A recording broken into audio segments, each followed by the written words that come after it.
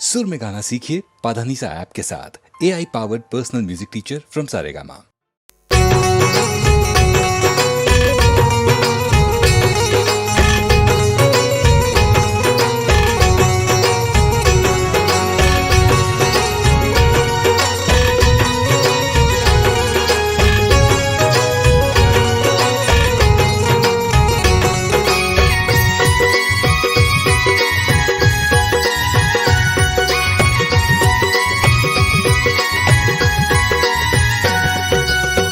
कलशा कराह धके ताकीले राह तोहर, कलशा कराह धके ताकीले राह तोहर, चुनरी से मूर्ति में ढाल जैतू हो, मूर्ति से असहली तू भेष धैके अंगना में चल अइतू हो, मूर्ति से असहली तू भेष धैके अंगना में चल अइतू हो।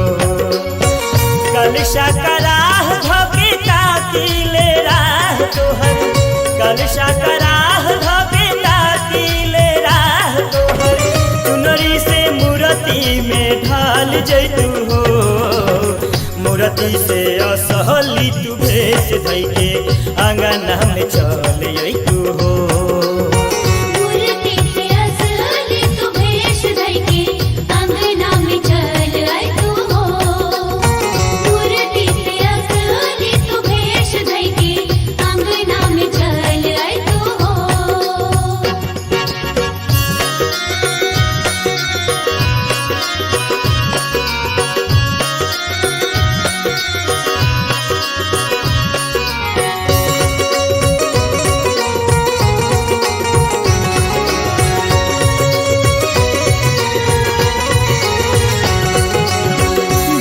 नवरात्र के साल में बिताई, दर्शन लागी 9 दिन भूखे छिछियाई,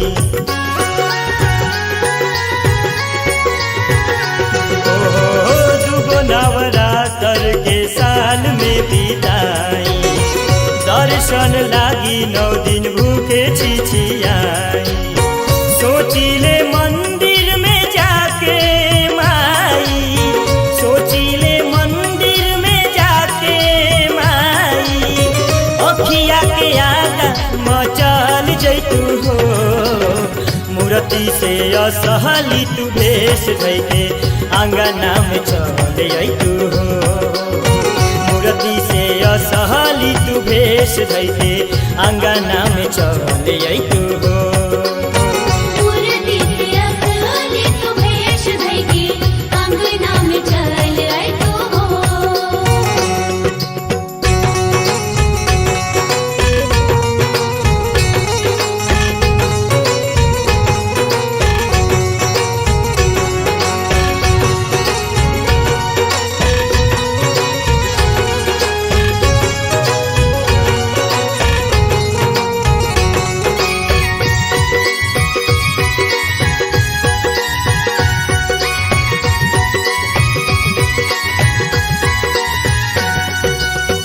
रहिले उपास हर साल यही आस में, जिंदगी उड़ाए जनी दतु विश्वास में,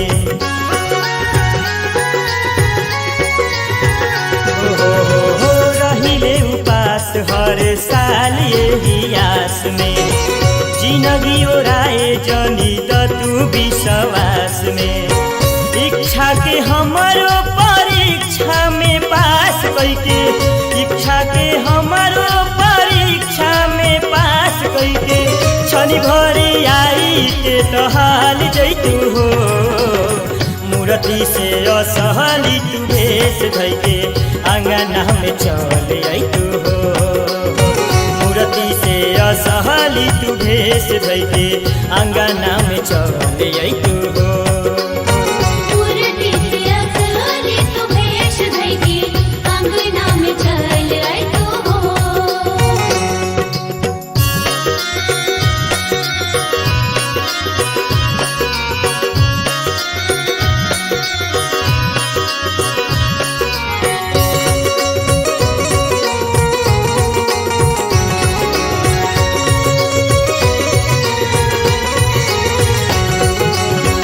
चैत कुवार के अंजोर में माई पाठ बचवाइब घर में धूपावा जराई।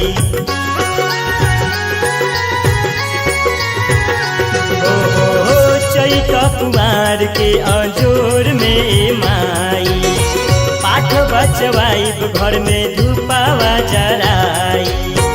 पांडे मुकेश बबलू हवन वाला कुंड से, पांडे मुकेश बबलू हवन वाला कुंड से धुआं संगे बहरी निकाल तू हो।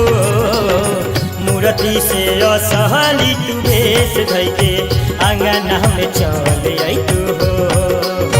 मूर्ति से असहली तू भेष धैके अंगना में चल तू हो।